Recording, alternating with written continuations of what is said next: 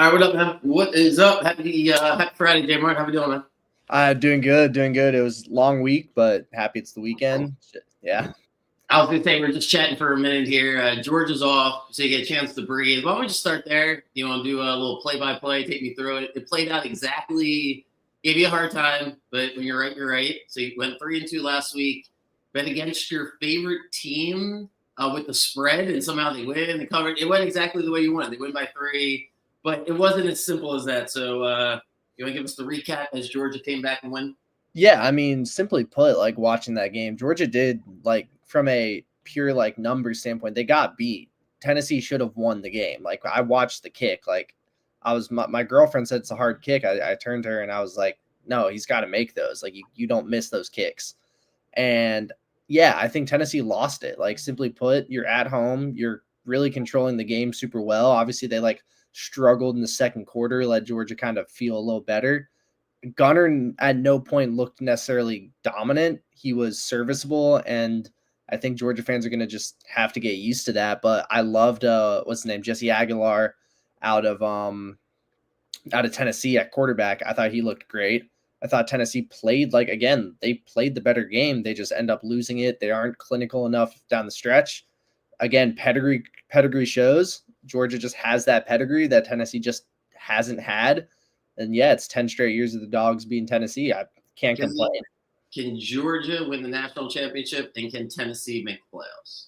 I think Tennessee can. I do think Tennessee's a really good team. I haven't seen anything that I've looked at and said, like, they are a bad team. Like, did they lose that game? Sure. Was it kind of one of those games you just got to, like, take on the chin? Absolutely. And they are. And that's a big part of it for me is that they're taking this loss as motivation, not as kind of like, well, let's, like, stay down.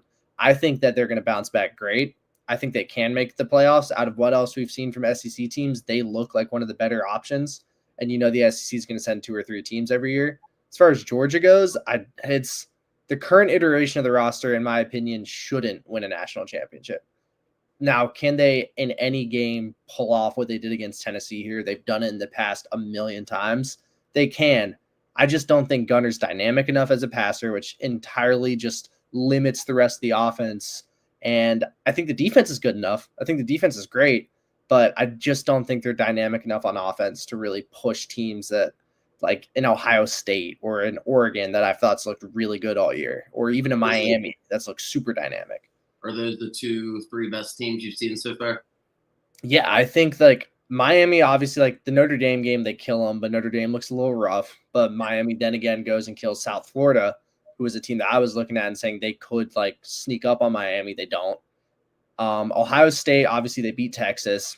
Julian Sain's been a little hit or miss, but he's figured it out when he needs to. He's been good enough at quarterback. I think that defense is just absurd.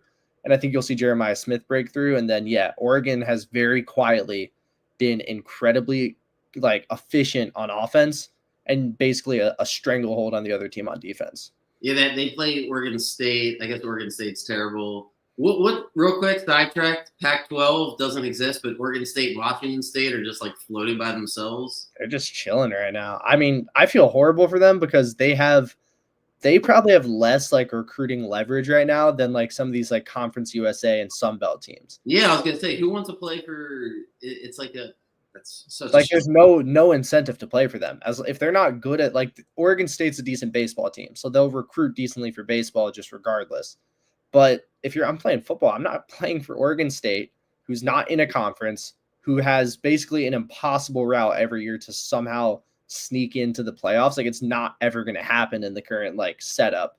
The good news for them is that they are bringing the Pac-12 back, so there will be a route in the future. But yeah, I don't know how you tell like seniors this year and last year, like, hey, come play for us. And then that's a 2-year gap in your recruiting. I was gonna say they are 0-3. That's one of these games because it's not a great week. I was just pulling up the week right now. It's not a great week. There's gonna be an upset or two. It's just the nature of college football. Probably not gonna be Oregon State though to knock off Oregon. No, that's one of my picks. Like I've looked at Oregon all year. I think week 1 I was like I like Oregon. They're one of my picks. Last 2 weeks I've looked at them and been like I can't take them. The line's too high. But this week I'm like, dude, they're like a 34.5 like spread is basically Oregon's not going to let him score. So it's like, is Oregon on offense going to score more than 35 points? I think that's pretty open and shut, especially against that Oregon State team. Well, at the risk of picking one of your other games, what about the Florida-Miami game at night? Because that's the 7:30 game. That's I'd say there's 2 night games. We'll get to the other one in a second, but that one's got name recognition. Miami's really good. At least they're the 4th best team. They did beat Notre Dame, like you said. Florida lost to LSU. That was one of your picks last week. They just couldn't score. Is that going to be the case against Miami? Want you handicap that game? Yeah, no, this is also another one of my picks. Obviously, I'm really high on Miami, but Florida, yeah, I mean, they look like the offense. It's kind of like when you're watching like some of those college basketball teams that have a lot of really like good prospects, a lot of like flashy players, but it doesn't work because it's just like they're good independently, but they don't really play the team sport. Like they're good at the idea of the sport, but when you force them to go out there and actually play it, it doesn't really work.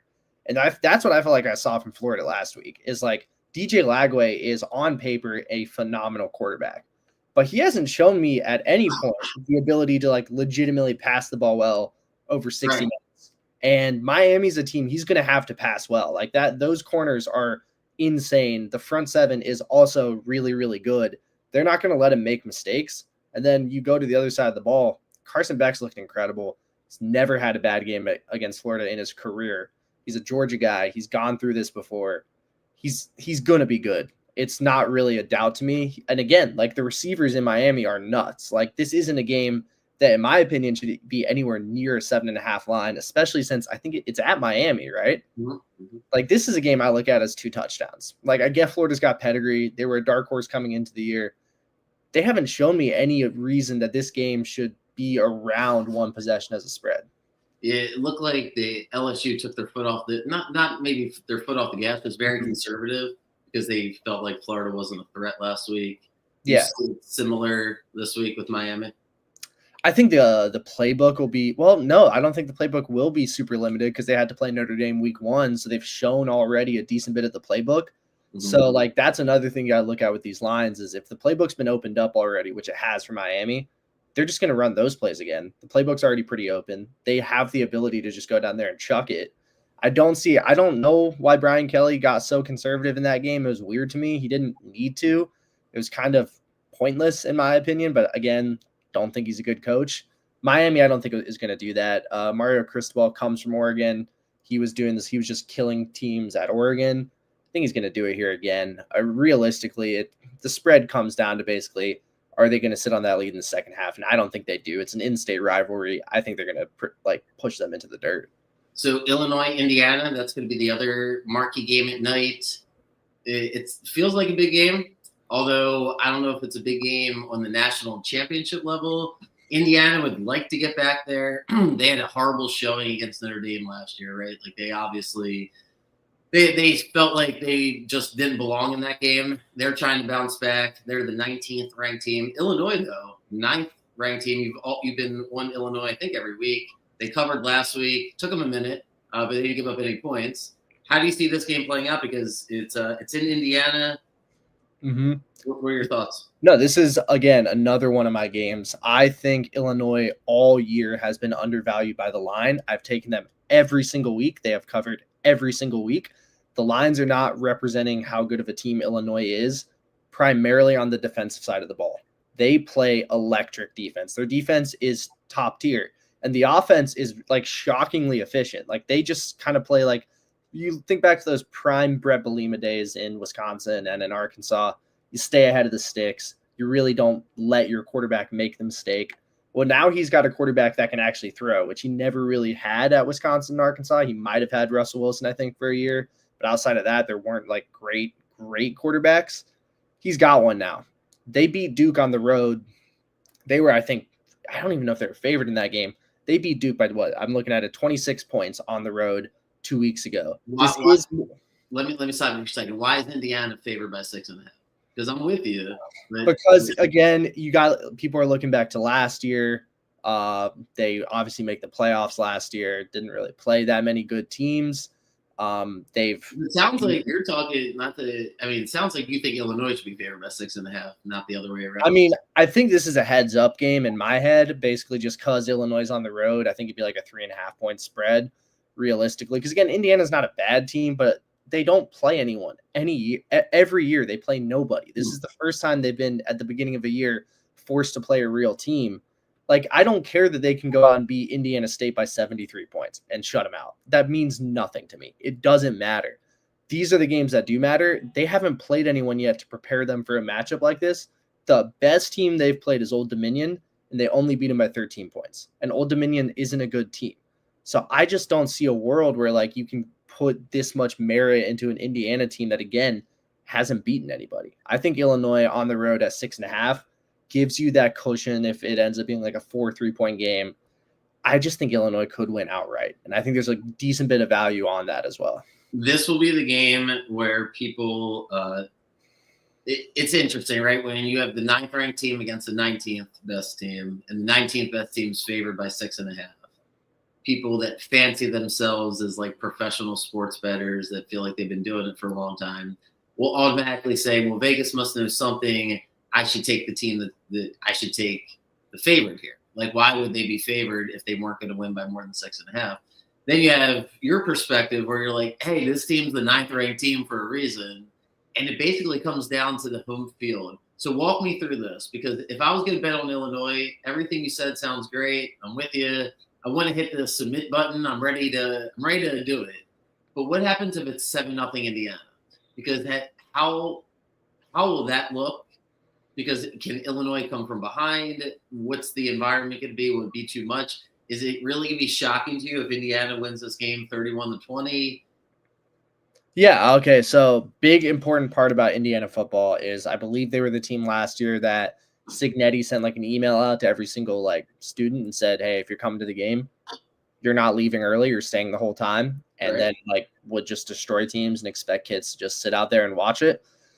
Which is cool. Like, I get it. He's trying to get like the fan interaction. So it will be a packed stadium. Indiana is a very devoted fan base for any sport they're good at. It just happens that it's been basketball for most of their existence. It's going to be a rough home environment. There's no questioning that at all. That being said, I look at Illinois and I say, Duke's always going to be a rough environment too. Like, they're going to show up even for football. Like, this is like, they're going to care about that stuff. Illinois is a team that, like, they beat Nebraska on the road last year, came from behind and beat a Nebraska team on the road with a very similar team. I like that argument. Yeah, I like them winning at Nebraska argument more than a Duke. But the big part about the Duke one is they beat them by 26. So, like, they put them into the ground. But again, I've watched Illinois for a long time. It's a weird thing with this team, especially under Belima. They kind of win on the road a lot. Like, I don't feel like there is a home field advantage with them, and I don't really feel like there's a road like deficit for them. They're kind of just Illinois, and they're just going to play their football wherever, which has pros and cons. But I think there is some Indiana will play better because they're at home. That's true. That's going to happen. But I don't see Illinois dropping off too much, especially with Altmaier, who's like, it's his 4th or 5th year in college. Like, this is an established college quarterback from Ole Miss. I've watched this dude play. He doesn't care about anything. He's just out there to play football. I don't see him taking a step down. I think, like, yeah, I feel pretty solid about Illinois this week. Alrighty. What's the national perception, or at least your perception, of Maryland football? They're 3-0. They're never good, it feels like, but they've had the same coach forever. They're at Wisconsin. Wisconsin's not supposed to be very good, but they're getting 10 points tomorrow morning. Talk about home environments. Wisconsin's got, top 5, at least from watching on TV. But Wisconsin's not very good. They got destroyed by Alabama. Why are they 10-point favorites? Any thoughts here on Maryland football? I don't know why they're 10 points favorites either. I've caught glimpses of Maryland this year. Passing game, from what I've seen, looks pretty fun. And I think that is a thing that the Maryland head coach has done for a while, because I do remember Tua's brother over there. I mean, was he there last year too, I think? Or was it 2 years ago? I'm not 100% sure. I remember him playing, and he was just throwing the ball wherever. Like, that's all I remember about Maryland for a little bit, is it was just the Talia Tagovailoa show, and he was just chucking the ball like 40 times a game, and it was like 400 yards, 3 touchdowns, 3 picks. It was all I knew is it was fun to watch. But Wisconsin got kind of killed by Alabama, but at the same time, if you were watching the game, it was a lot of like trickery from the Alabama offense. It was really weird. They were calling the game super weird to like try and demoralize Wisconsin. And again, I think Wisconsin was in the game for a little bit too. So they're a good team, and I think they could win the game because I don't think Maryland's necessarily like a threat in the Big Ten, like at all. They're an upset machine, I think, but I don't think they're necessarily going to be winning it or playing for the championship. You don't think they're going to be playing for the Big Ten championship, really? It's a hot take, isn't it? It's Yeah. a really hot take. But I think I don't know. I don't love Wisconsin to win by more than 10 points just because of who Wisconsin are. Like this isn't a team that scores a ton of points. So this game should be fairly close the whole way through. And I think the only way the spread gets this wide, like past 10 points, is like Maryland blowing them out, which I really don't see happening. 9.5 feels a little high. I think there is some value there to like go with Maryland. What stock? Do you put any stock? Michigan State's going to USC, playing 11 o'clock at night. USC's favored by 18.5 points. Does it matter that the game's 11 o'clock at night? Michigan State's got to travel. Is that something that you would factor in? And I don't put it. Good? USC any good? I put a little bit. I've done it in the past, like last year, USC LSU week 1. I did look at it a little bit for the time difference between those two, and it worked out. USC won.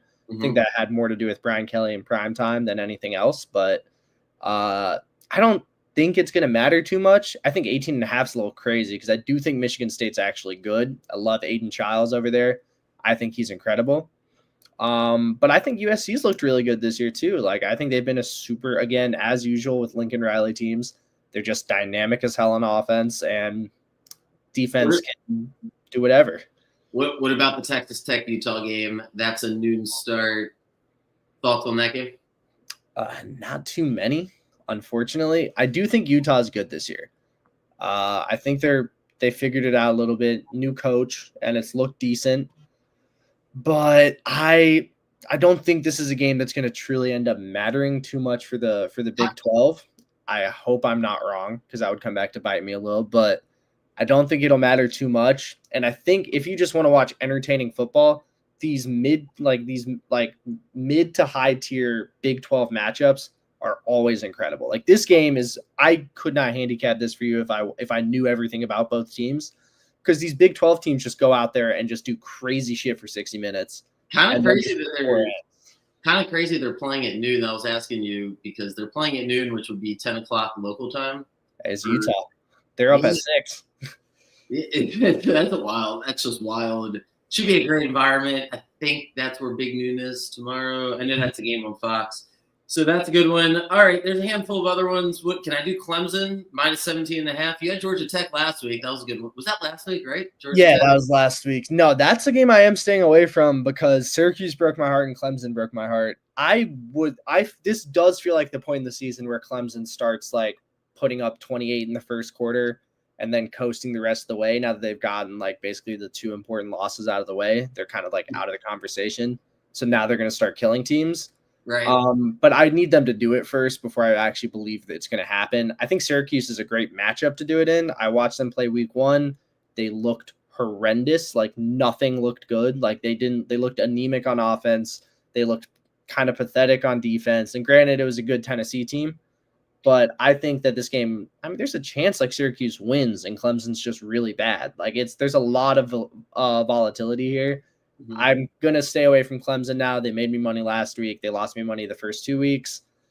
I've enjoyed betting on Clemson, but I am going to take a break here and just kind of let them maybe win a game against Syracuse. All right. So tonight there, and then we'll go over your picks one more time. So Tulsa, Oklahoma State. I don't know how Oklahoma State's favored. Their coach is a flaming disaster. Is this still Gundy? Still Gundy. Iowa Rutgers. I cannot figure out why the total's 46.5 points in a game that I was playing in. The game's in Rutgers. I don't care where the hell the game is being played. I don't know if Rutgers is going to win. I don't know if Iowa's going to win. But isn't it just going to be 17-12? 15? I think the crazier part is that Iowa's favored on a 46-point total, which means that they're boy, they're projecting what 25-22. Like, you think Iowa's going to put up more than 3 touchdowns in a game?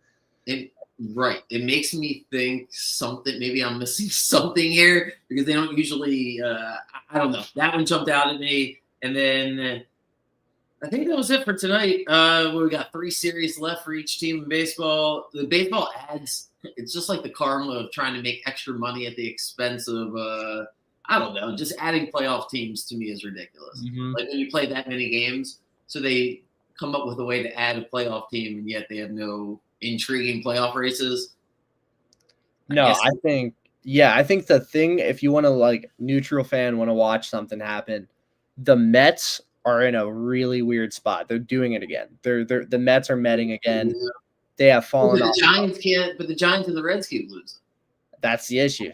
That's the issue. So the Mets are trying their hardest to not make the playoffs, which they love to do. The Diamondbacks are a team that does get a little, like, they're pretty good at figuring it out near the end of the year. The gap's a little big at this point. Like, 2 games, again, doesn't sound like a lot, but you're counting on the Mets continuing to just fall off a cliff. They do get they get the Nationals at home this weekend. But besides that, it's just been, you're like reaching. The whole point of this was so there was a lot of teams that were competitive. So I just hate the Mets. I hate the Mets. I got a chance to shit on the Mets, so I'll take it. Yeah, no one really likes the Mets, especially once you spend all the money. Then it's easy to root against them. That's the funny part, is when do they stop spending? Like, Cohen seems like he's got, like, bottomless pockets, but it hasn't worked yet. His strategy doesn't work. It's weird because he's buying who I think are the right players to buy, and the pitching development in New York is phenomenal, but they just can't win. I don't know if it's coaching. They've been through multiple coaches now. So I don't know what's wrong. Maybe they are cursed. Maybe it's a cursed franchise because they just can't. They feel like they're doing the right things, and it still just doesn't work for them. All right. Let's wrap up your 5 picks. I kind of jumped the gun on you on a couple of them, but go ahead. I'm sorry, you got 4 for this week, right? Yeah. 4. Go ahead. Yeah, so I have Illinois to cover plus 6.5 on the road against Indiana. I have I'll go through all the ones I've already said. Oregon plus 34.5 or minus 34.5 at home against Oregon State. Feels pretty straightforward there. Already talked about it. And then I have I'll just go to Tennessee against UAB 38.5 at home. They're gonna kill them. They have a lot to play for in this game. They're feeling it a little bit. Like, this is a game they're gonna come out and they're gonna smoke them. Like this, they're mad and they're gonna play accordingly. And Miami, I got them at plus, I think 6.5, 6 or 7.5, or minus 6 or 7.5 at home against Florida. Again, betting on a good team, just kill a not so good team. All righty. Sounds good. Any hot takes here for the NFL after 2 weeks? I think the Packers, it's not that hot of a take. And I think a lot of people are jumping on it. It's like probably the new trend to say, but I do really think the Packers are the best team in the NFC. I have watched them make 2 really good teams look really, really, really bad. And I haven't seen the Eagles do that yet. I've seen the Eagles play good defense. I haven't seen any passing from them. I think the Packers look poised to be, like, legitimately the best regular season team in the NFC. Does that translate to the postseason? I don't know, but currently, like, that defense is one of the best I've ever seen. There we go. I don't know. It's hard to have too many hot takes. My only hot take is, I don't know if it's a hot take. It's just a public service announcement to anybody that's listening to me, is to stay as far away as possible from the Tennessee Titans. Like, that seems to be, we can't bet on the Titans. I like to figure out what I can't bet on. I can't bet on your Falcons. I can't bet on I can't bet on the Titans. Stay away from the Bears right now, too. I feel like the Bears are a kind of team that any week now they are either going to figure it out or they're going to be really bad all year. Yeah, the more you gamble as the years go on, the more you're like, if I'm going to lose, at least let me lose with, like, a good quarterback and a good coach, because there's just too many days where you're sitting there and you're like, yep, I just don't know why I'm betting on this terrible team. So that's been my 2025. Well, there is one thing. The Chiefs. What do you think about the Chiefs? Do you think it's just done, or do you think they've just run into two really good teams and they'll just right the ship and figure it out? So the thing is, it really doesn't matter as long as you make the playoffs with them.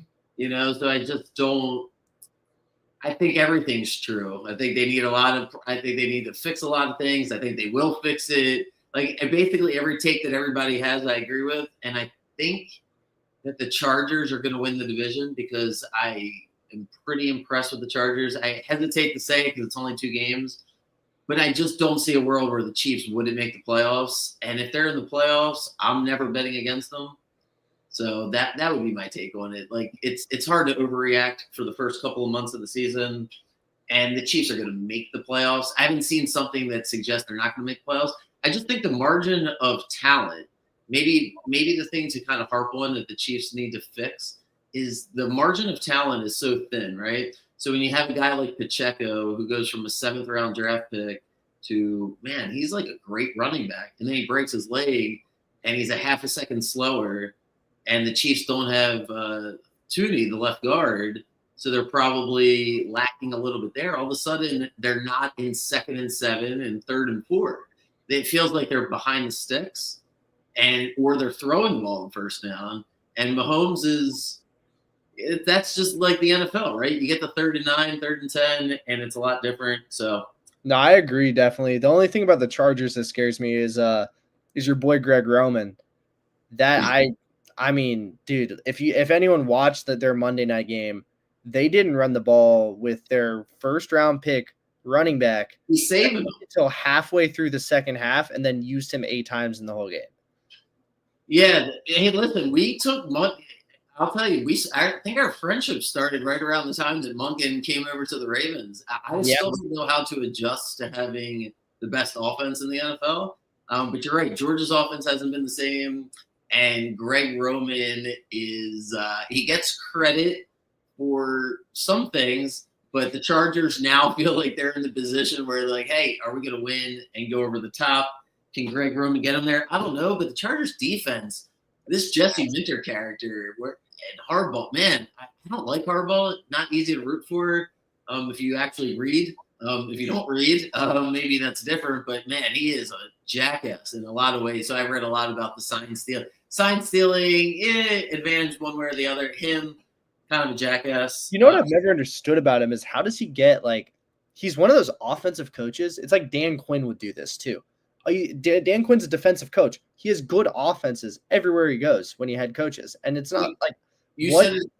Sorry, finish your thought. No, yeah, and Jim Harbaugh is the same way. He's an offensive mind. He's a former quarterback that gets elite defenses basically wherever he goes. And I've never understood how these defensive coordinators, offensive coordinators, basically can win in spite of what they are supposed to be the best at. And granted, I think the Chargers offense is good, but they're winning games because of their defense, not because of their head coach's strength, which is offense. Yeah, football is the one sport where your personality and having a bonding experience, because holding your block a little bit longer or fighting through a block a little bit longer is really an effort thing. So in every other sport, the elite players are motivated by so many different things, but it's hard to yell in their face.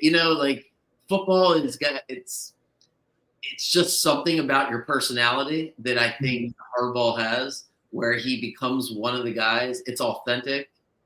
It's always, I think he probably finds a way to turn the locker room against the outside in whatever way. Chargers. It's the Kobe Smart thing where you had when the Dogs went back to back, you got these guys coming up to the mic and saying no one believed in us. And it's dude, just shut the fuck. I don't know how you got convinced of this, but yeah. It's an easier sell in Los Angeles when you don't have any fans. Mm-hmm. You're kind of an afterthought. So it just feels like his teams respond really well to him. I mean, he is basically in a category by himself. He hasn't, especially if he wins the actual Super Bowl, but everywhere he's went, and he's been, is it 5 different places? San Diego, Stanford, Michigan, the 49ers, and now the Chargers. You watch the Chargers play, and they're always competent on defense. They're always in the right spot. So, all right, well, this can turn into a Jim Harbaugh podcast, but I'm going to let you run. We got Illinois, Oregon, Tennessee, and go ahead. Miami. And Miami. Right. So, by the way, I was going to interrupt you before we go. You were talking about crowd noise and like great environments. Do you know what UCLA does to pump up their crowd noise? Oh, what? What do they do? First of all, UCLA is going to get canceled. Talk about cancel culture. We should cancel UCLA football. They're a flaming disaster. They lost to New Mexico 35-10, then they just lost to UNLV. But I read that they give away free tickets to elementary school and middle school kids, and then they just like scream. And like that's kind of the thing. Like we need fans. That's kind of really genius. Yep. Oh man, they need to start doing that in more places because they'd bring us like the basketball games for Georgia basketball and we sucked, and all we'd do is scream the whole game, and we'd win most of those games. So, hey, there you go. All right, have a good day. Have a good weekend. You're off. You get Alabama next weekend, so that'll be fun. We'll dive into that. Good luck on your games, and I'll be here Sunday morning to see if I can figure out what the hell's going to happen in Week 3 in the NFL. All right, see you guys. Take care. All right, see ya.